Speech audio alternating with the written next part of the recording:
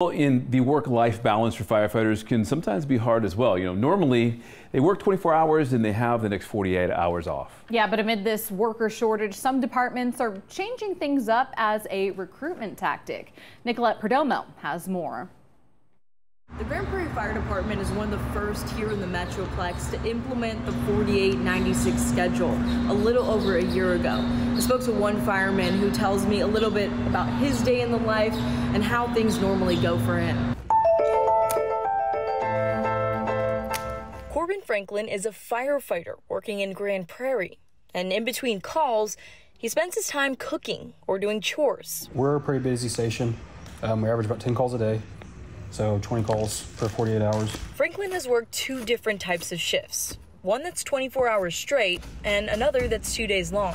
96 hours off is a big deal as opposed to the 48 hours we used to have off. You only get 2 nights in your bed. So he tries getting sleep whenever he can, especially when he gets home. So that first day is a big part of rest for me, especially being at a busy station. Our 48 hours are pretty typically very busy. He says there are times where both days are nonstop. But the biggest adjustment was being busy for 48 hours.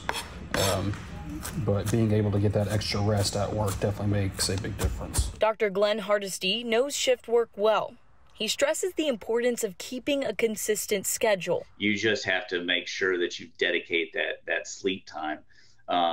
And you can usually, there's usually time in that shift where it's like, okay, we get there in the morning, we don't have a call for, the first couple of hours, or we have this usually, break in the afternoon, and they know when those are. And he mentions focusing on downtime or rest is important. I think it depends upon the intensity that you're facing, and if it's a continual and the cadence. So if you're just hopping from one to the next, I